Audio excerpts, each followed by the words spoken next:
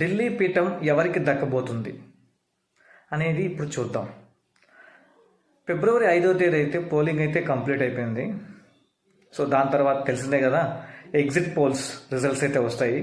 ఏ exit poll తీసుకున్నా సరే బీజేపీకి ఫేవర్గా ఉంది. సో ఇక్కడ 27 సంవత్సరాల తర్వాత మళ్ళీ బీజేపీకి పాజిటివ్ రెస్పాన్స్ అయితే వచ్చింది ఢిల్లీలో. అలాగే ఇక్కడ ఒక న్యూస్ ఏంటంటే కేకే సర్వే. సో ఆంధ్రప్రదేశ్లో కూడా కేకే సర్వే అప్పుడు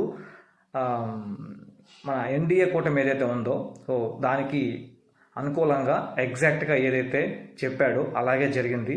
ఇప్పుడు ఢిల్లీలో కూడా ఆమ్ ఆద్మీ పార్టీ గెలవబోతుంది అని చెప్పి అయితే చెప్పాడు. సో చూడాలి మరి ఏ పార్టీకి ఢిల్లీ పీఠం దక్కుతుందో. ఇక్కడ ఇంకొక రికార్డ్ ఏంటంటే కాంగ్రెస్కి ముచ్చటగా 3వసారి అయితే 0 సీట్స్ అయితే గెలవబోతుందని అంచనా.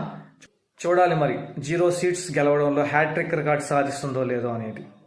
మరి మీరు ఏ పార్టీ అయితే గెలవబోతుందో కింద అయితే ఖచ్చితంగా కామెంట్ చేయండి.